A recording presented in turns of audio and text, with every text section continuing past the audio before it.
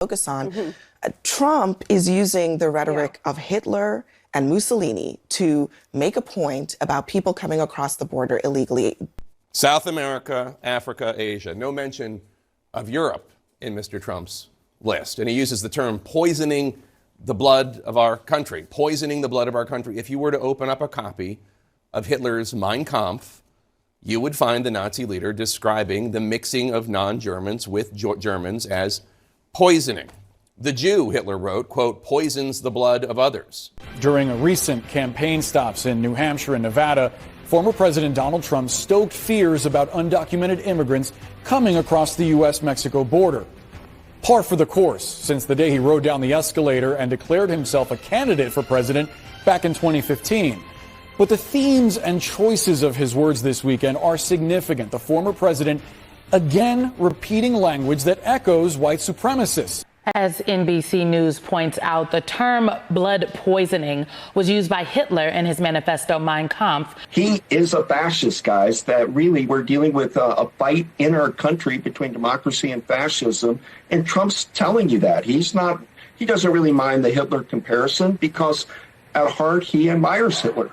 All right, guys, so what you just saw there was the mainstream liberal media boo-hoo, whining and crying, Hitler, Nazi, over Trump's words, okay, and things that he says during his speeches that the liberal media likes to take completely out of context, right? They take one part of what he says, they blow it up out of context, they make a whole big thing out of it that really is not in relation to what Trump is actually trying to say and what he's talking about. Like, for example, the new boogeyman from the mainstream liberal media in regards to Trump's rhetoric is him talking about illegal immigration and the negative effects that it has on this country. Okay, they're comparing Trump and how he talks about illegal immigration. Okay, illegal immigration being the key phrase here, the key term.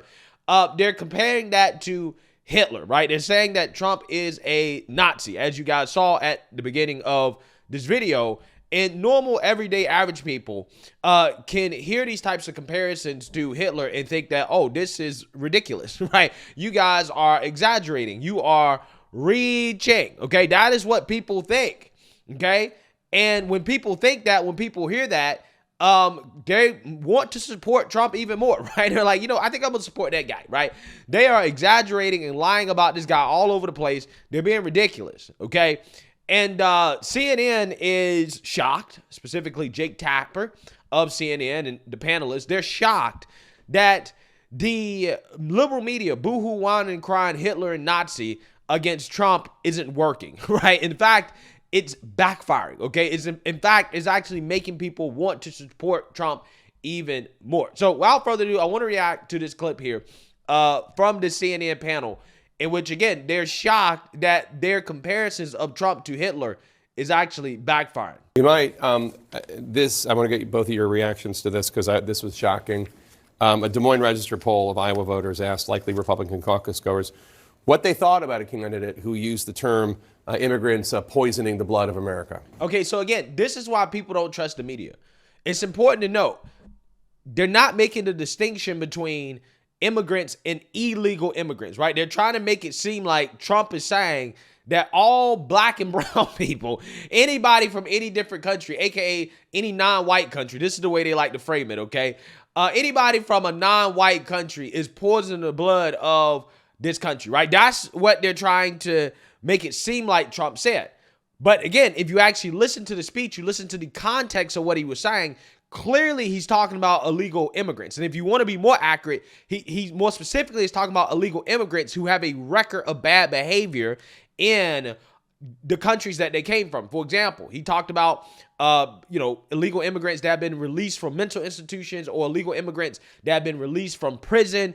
Those are the illegal immigrants that he is talking about. But again, CNN fails to make that distinction because, again, it doesn't go along with the narrative here, right? So, again, they ask people a poll that is inaccurately worded, right? Trying to make it seem like Trump is talking about immigrants overall, legal or illegal. And, again, they don't get the result that they want, right? It's pretty fascinating stuff. 42% of Iowa Republicans said it would make them more likely to support that candidate. 28% less likely. 29% does not matter. So a plurality of Republican caucus goers, David and then Doug, say, more please, I like this Hitler language. Yeah, so again, this is what they're doing. They're trying to frame Republican caucus goers as people that like the language of Hitler, or that they admire Hitler in the language that he used in some way. When clearly and obviously, Trump is not echoing Hitler, right? He's not echoing Hitler. He is not Hitler. And the comparison to Hitler is actually just hurting the mainstream liberal media in their cause, right? Because these are the same people who claim that they're so concerned about Trump becoming president again, but yet it seems to me that they are Trump's biggest cheerleaders when it comes to helping Trump get back into the White House. Because the more they cover Trump, the more that they have these freakouts about Trump's rhetoric and the things that he says, the stronger that he gets, right? You're just giving him more attention and you're actually helping him, right? As this poll is indicating, right? This poll is evidence that, yeah, what people are responding to is the freak out from the mainstream liberal media.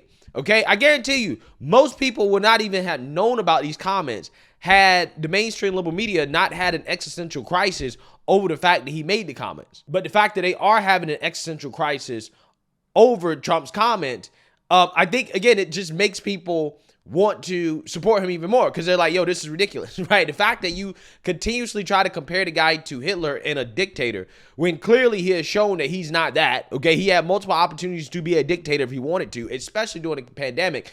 He just refused not to. Again, it's just ridiculous. People are like, yo, this is hyperbole, okay? This is exaggeration. Clearly, you're biased. Clearly, you're not covering the news objectively, right? If you're trying to say that the guy is Hitler, okay? You're inserting your opinions, okay?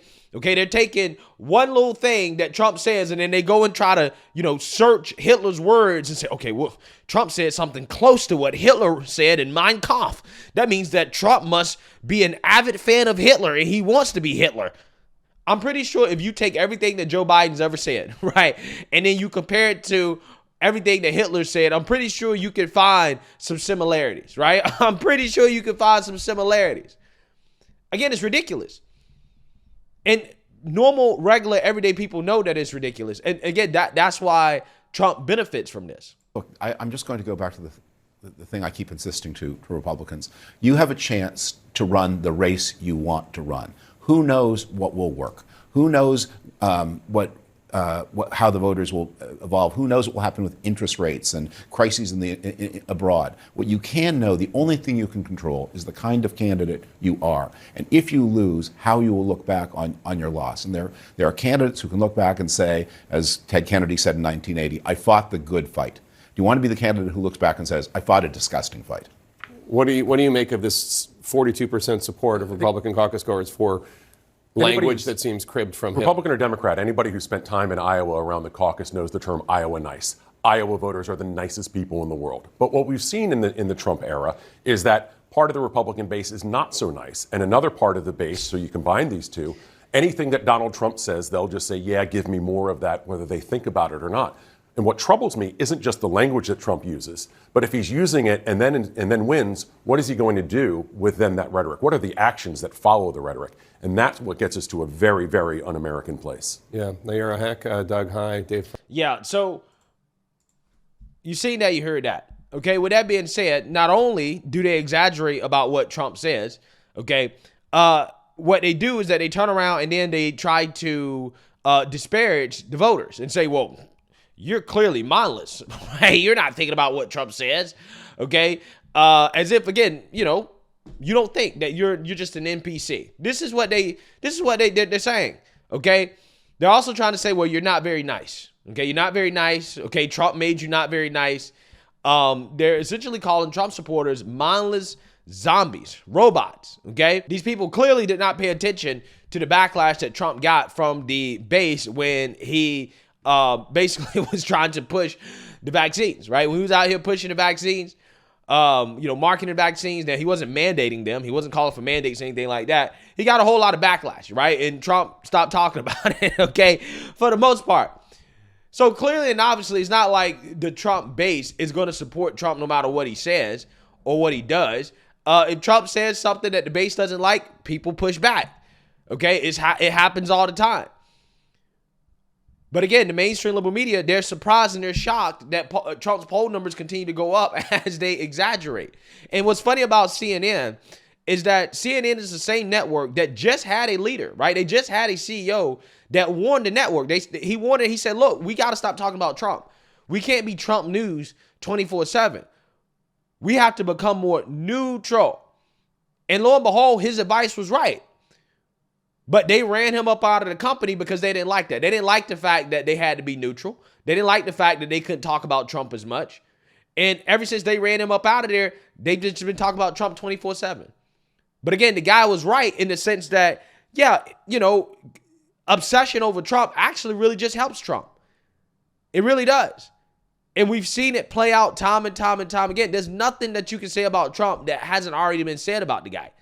So continuously, ratcheting up the rhetoric, okay? You compare him to Hitler, okay? You're saying that he's a Nazi. I think they're going to call him the Antichrist next. It doesn't help, right? It doesn't help at all. If anything, again, it just makes people want to support him even more.